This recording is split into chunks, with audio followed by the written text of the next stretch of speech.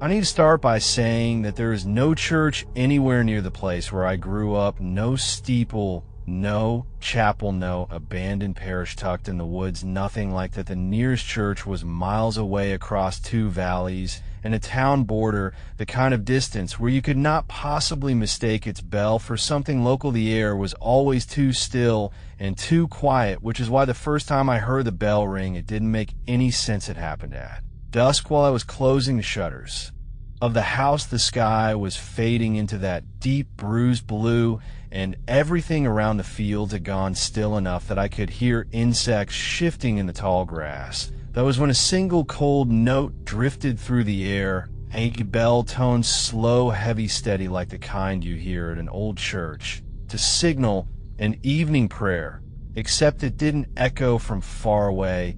It came from right outside. I froze, because it was impossible. The sound was too close and too clear. It felt like it had passed right beside me. Even though the yard was empty, my first thought was that someone had set up a prank, a speaker hidden in the fields, or some strange machinery left by the road. But the note was too perfect, too heavy, too real. When it faded, the silence that followed was worse than the sound itself. It had a kind of weight to a pressure in the air that made my skin feel too tight across my bones. I remember stepping out into the yard, looking around for anything that could explain it. The grass swayed slightly, and I swept my hand through it, expecting to find a wire or a buried object, but found nothing, only roots and dirt. That night, I barely slept. Every time I closed my eyes, I felt like I could hear it again. Not ringing, not echoing, just waiting. The next evening, it returned, the same tone, same distance, same impossible presence. This time, I felt the vibrations in my chest, like standing too close to a massive speaker, but with no source anywhere. The windows rattled lightly despite there being no wind. The air outside had a strange coldness that didn't match the summer heat. I stepped outside again, but there was nothing and no one except a thin trail of disturbed grass that looked like something had dragged through the yard. On the third night, the bell rang twice instead of once. The tones were separated by only a breath, but something felt wrong about the timing, like whoever was ringing it had paused, deliberately listening for something. My dog hid under the table and whined low, with his head pressed to the floor, refusing to look at the door. The sound seemed to pull at him, at both of us, an invisible thread tugging from the empty yard. By the end of that week, the bell was ringing before dusk, always a few minutes earlier each day, as if whoever or whatever rang, it was getting closer to something. The neighbors denied hearing anything. When I asked them, their faces looked emptier than usual, like they had no room for the possibility of fear. They brushed me off, said it must be some construction equipment echoing up the hills, but there was no construction, no workers, no tracks in the dirt. The only proof I ever managed to get came on the sixth night. I recorded the empty yard with my phone, waiting for the moment, and right when the sky went dim, the bell rang louder than any other night. The vibration made the phone shake in my hand. The screen went blurry, the recording cut out, and when it resumed, I saw something that made no sense. The grass behind me had flattened in a perfect circle, as if something enormous and weightless had pressed down from above and then vanished. I stood frozen, staring at it, breathing. In quick, shallow bursts, the bell tone still hung in the air, even though it had ended. A long moment before, like the echo was suspended, like it did not want to fade. I realized then that the bell wasn't announcing something, it was calling something,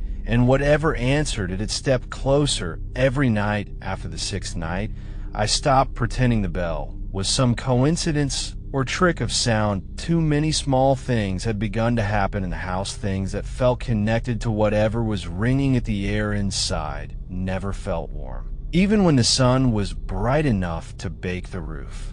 The shadows stretched in strange directions and stayed longer than they should have. And sometimes when I passed the hallway mirror, I could swear my reflection paused a half-second behind me, as if listening for something I could not hear.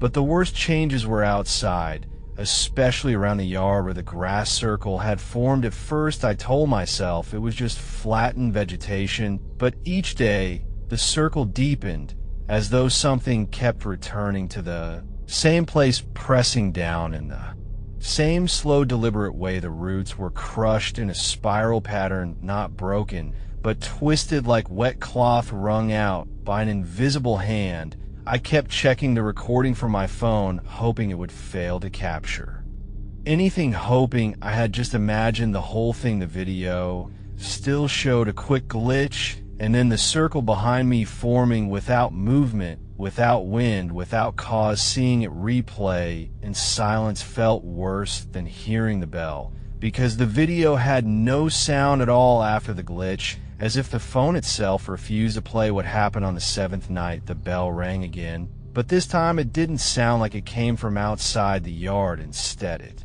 vibrated through the walls of the house, like the source had moved closer, but was still invisible. The walls trembled, the glasses in the kitchen rattled, and a picture frame slid down the wall, leaving a faint dark streak. Behind it, my dog began barking with a voice I had never heard him use before. Sharp, broken panic. Then he stopped suddenly and retreated to the hallway, where the air was colder. I pressed my ear against the wall and felt a soft, pulsing rhythm from outside, a slow, steady beat. That was not mechanical, it felt like something on the other side was breathing. The next day, I heard knocks at the back door, slow and spaced out, the same number as the bell tolls had been the night before. 3 heavy strikes that made the whole door tremble. Each knock carried a faint underlying echo, not hollow like wood, but deep like striking stone. I knew there was no one outside, but I forced myself to look through the window. Anyway, the yard was empty except for the grass circle, which now had faint lines spreading outward like cracks. That night, I left the lights on and waited. The bell rang again, softer this time, as if muffled, but closer than ever. The vibration rippled through the floorboards, and a thin layer of dust fell from the ceiling like shaken powder. I stepped to the window, but the glass fogged from the inside every time I got near it, and the fog seemed to move slightly, as if something outside was breathing against the glass. I slept upstairs with the door locked. Not that a lock would matter, but it gave me the illusion of safety. I woke to the sound of footsteps, slow, dragging, uneven pacing the hallway. It took me a long time to realize the steps didn't sound like they were moving forward or backward. They just remained in the same place, as if something stood outside my bedroom, waiting. When the steps finally faded, I heard a sound from the backyard, a soft scraping like long fingers drawing through the grass. I wanted to believe it was just an animal, but the pattern was deliberate, symmetrical, rhythmic. The next morning, I found something new in the yard. The grass circle had deepened further, forming a shallow indentation, almost like a footprint, but one far too large and far too smooth. There were no toes, no edges, just a curved depression shaped like a massive bowl pressed into the earth. As I crouched to inspect it, the air around me shifted. A faint vibration trembled through the soil, not enough to shake anything, but enough to let me know I was not alone in the yard. The bell did not ring that evening, but somehow the silence felt worse. The house seemed to hold its breath. The shadows in the hallway seemed to narrow around my movements, and the dog's eyes followed empty corners like he knew something waited there. I kept telling myself the bell was calling something, and that something had been drawing closer every night, but now I realized the bell might not be calling anymore. It might be answering. The next night felt wrong from the moment the sun dipped behind the trees. There was no bell, no knocking, no breathing rhythm inside the walls, but somehow the quiet pressed on me heavier than the sounds ever had. Even my dog paced in circles, stopping to stare at the windows as if waiting for Something to appear on the other side. He never growled. He only watched with his ears flat and his body trembling gently, as though he sensed something approaching in complete silence. I tried to distract myself by turning on the television, but the screen flickered again and again until it finally went black, not powered off, just frozen.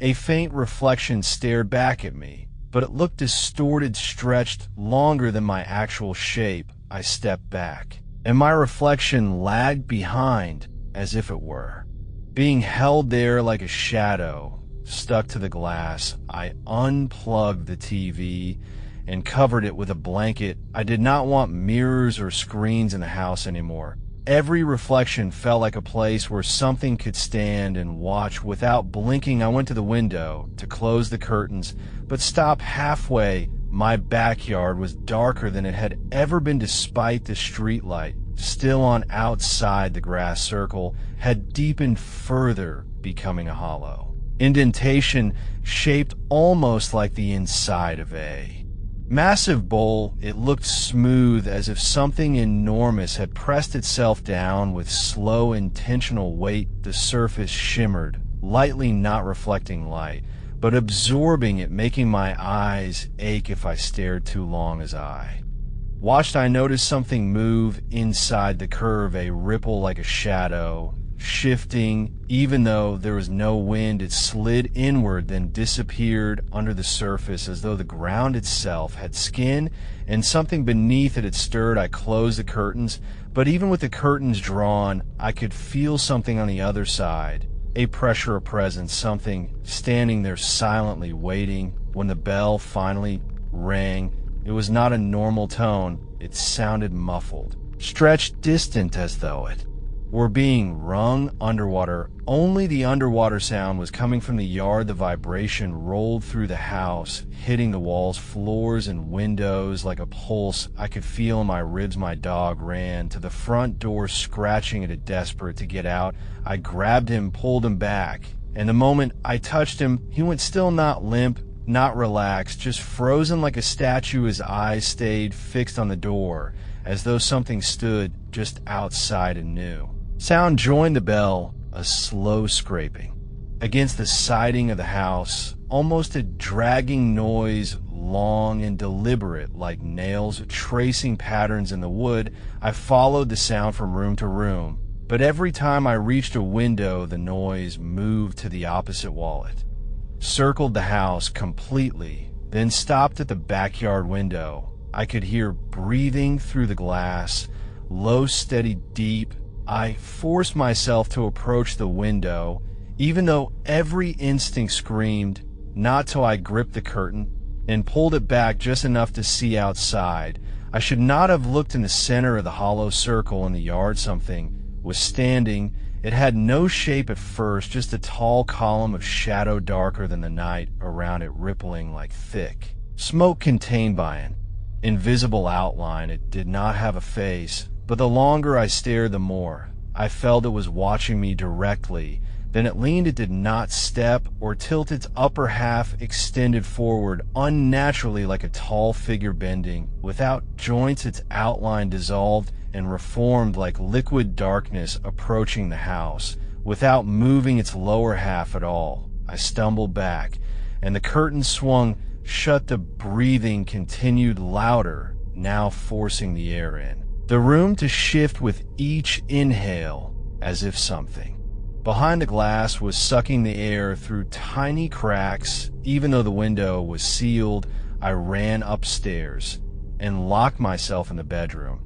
But locking the door meant nothing. I could hear footsteps again, this time inside the house, not slow, not dragging, but sharp, deliberate steps, walking from the living room to the hallway. They stopped directly outside my bedroom door. Then the bell rang again, but this time the sound came from inside the house, as if a bell was hanging somewhere behind the door where no bell existed. My dog whimpered once, then went silent. The steps moved away only for a moment. That was the first night I realized the thing from the yard was no longer circling the house. It had found a way inside. I did Not sleep after that night. My dog wouldn't come upstairs anymore. He stayed at the bottom of the steps, staring upward. As if something invisible blocked his path, his ears would twitch, and he would glance behind him at the dark hallway. But he never moved past the third step. It was as if the house itself had drawn a line, and he understood it better than I did. By morning, the air inside felt heavy and stale, every room colder than it should have been. I walked through the house, checking every door, every window, every corner, but there was no sign of what had stood outside and breathed through the glass. The only change was the hollow circle in the yard, now deeper than before. The grass had peeled back, leaving bare earth, so smooth it looked polished, a perfect dark basin in the middle of the yard. Whenever I looked at it too long, I felt something like vertigo, as if the ground were tilting beneath me, pulling me toward the center. All day, my thoughts felt wrong, like something was pushing from the edges of my mind, whispering ideas that were not mine. I tried to leave the house at least for a few hours, but every time I stood at the door and reached for the handle, a tight pressure coiled around my ribs. Not fear, something else. Something heavy, like unseen hands pressing against my back, gently guiding me away until I stepped back from the door. And the pressure stopped the house. Didn't want me to leave. It wanted me to wait. That night the bell rang again, but it didn't come from outside this time. It came from somewhere inside the walls, a deep, hollow vibration that rolled through the air and made the floorboards tremble. My dog crawled under the couch, shivering violently as the ringing grew, louder and more continuous-like. Someone was swinging a massive bell just inches from my head. At the same time, the footsteps returned, except now there were more than one, a pattern of walking echoing through the walls, slow and uneven, like a group moving in a ritual. Circle around the rooms. Sometimes the steps would speed up, then stop abruptly, then begin again, closer. I felt watched from every direction. I stood completely still in the living room, listening to the steps sliding back and forth behind the drywall. A faint whispering began blending with the ringing, not a human voice, but a soft vibrating hum, like something enormous breathing against thin barriers. The sound followed me wherever I went, and each time I stopped, the sound stopped too. It matched me. Exactly near midnight, my dog started growling at the hallway that led to the basement door. No one ever used that door. It stuck half open on loose hinges and led to a stairway that smelled like mold and cold stone. But as the growling grew stronger, the basement door slowly eased itself, opened more, not pushed, not pulled, as if something behind it simply expanded enough to make the door swing wider. I approached it slowly. The hallway felt colder the nearer I got, and the shadows along the walls shifted slightly, as if adjusting themselves to make room for something unseen. From the basement came a new sound, a faint dripping. Even though the basement had always been dry, the dripping rhythm was slow, like something thick falling into water that wasn't there. My dog barked once, a desperate, sharp bark, then fell silent. Deep vibration rolled through the house, shaking dust from the ceiling, and the dripping sound stopped, replaced by a low, deep inhale. Rising up the stairs, something was breathing at the bottom. I stepped back, but the basement door continued opening until it was fully wide, revealing the darkness below, a darkness too dark, a darkness that seemed to move. Then the bell rang again from deep under the house.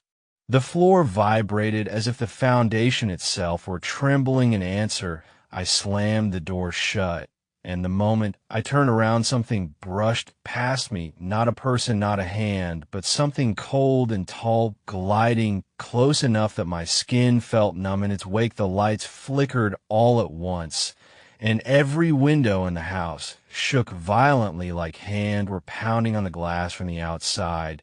Even though I knew nothing was outside, everything was inside now. The footsteps began again this time.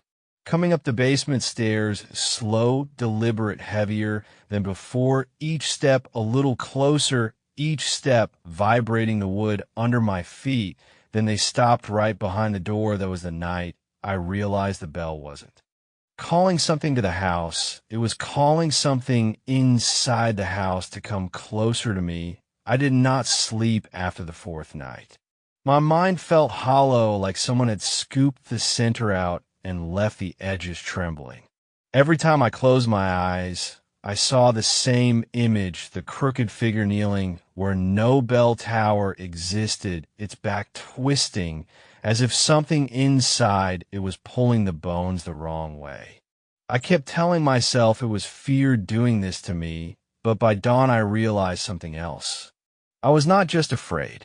I was being called. I tried leaving town. I packed a single bag, grabbed my keys, and walked to my car. I did not even make it halfway down the street before the air grew thick around me. The wind died. The birds stopped. That heavy silence came down over everything like a lid sealing a container. Then it began again, the impossible bell. Except this time, it was not distant. It was not muffled. It was not anywhere else. It rang behind me like someone was standing inches from my spine, holding a bell made of bone. I froze. I felt its vibration pass through me. My body reacted before my mind did. My legs buckled. My bag slipped from my hand. I did not remember falling, but I remember the ground raging through my teeth, the dirt, cold, the earth humming like something buried beneath. It was waking up. I crawled toward the car, unable to stand. The bell kept ringing, slow, deliberate, each strike heavy with meaning I could not understand, but could feel in my ribs. I swear the sound was trying to shape me like clay, bending me towards something ancient. I reached the car door, but my hand would not close around the handle. My fingers were shaking uncontrollably, like they were rejecting the idea of escape. I forced them to move, forced myself to grip the metal, forced myself into the seat. My breath came in short, broken bursts. I turned the engine on. I put the car in drive. Then the rear view mirror changed. There was no reflection of the empty road behind me. There was no reflection at all. The mirror had become black like a tunnel made of nothingness, and in its center something was stepping forward.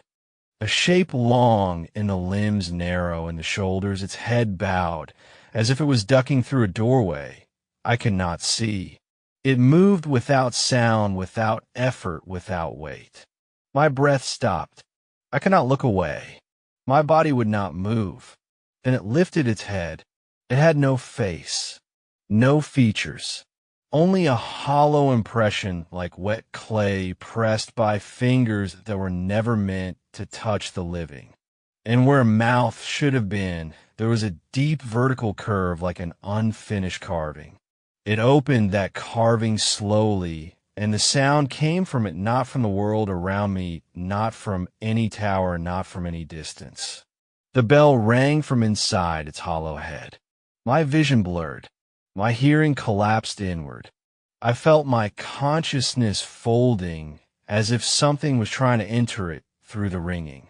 It felt like remembering something I had never lived, a memory pressed into me by force, a memory of standing in a field older than any map, watching a wooden tower burn, watching something crawl out from the fire, carrying a bell shaped from the skull of whatever died there. I tried to tear my eyes from the mirror, but they were locked. I do not know how long I sat there, minutes or hours. Time had no meaning. Eventually, the ringing stopped. The mirror faded back into a normal reflection. The road behind me returned empty as always. I could move again, but something inside me felt wrong, like a seam had split and something had slipped through. I drove away. I do not remember the trip. My mind was hollow and drifting. I reached the next town, shaking so violently I had to sit in the parking lot of the gas station until my hands could hold the wheel again. I thought I had escaped. I thought the distance mattered. Until night fell. I checked into a motel. I showered. I sat on the bed, trying not to think. That was when I heard it again. Faint at first, then rising. The bell. Slow. Heavy. Patient. Not coming from outside. Not coming from the walls. Not coming from any tower. It was coming from under the bed, as if something had dragged itself across miles of earth just to lie beneath me. I ran. I did not pack. I did not look back. I drove until morning. I drove until my eyes burned. I drove until the bell faded. For a moment, I thought the sun would save me. Then I looked into the rear-view mirror again. The mirror was normal, but the reflection was wrong. My face looked drained, like something had taken a piece of it during the night. My eyes were duller. My skin looked pulled tight over the bone. And behind me, in the back seat, barely visible in the grainy reflection, was the faint outline of a long, narrow figure with its head bowed. I have not slept since. I do not know how long I can keep moving. The bell rings more often now, sometimes every few hours. It is closer each time. I understand now that I never witnessed a haunting. I was chosen. The bell is not a warning. It is a signal. It is calling me back to something older than faith, older than buildings, older than fear itself.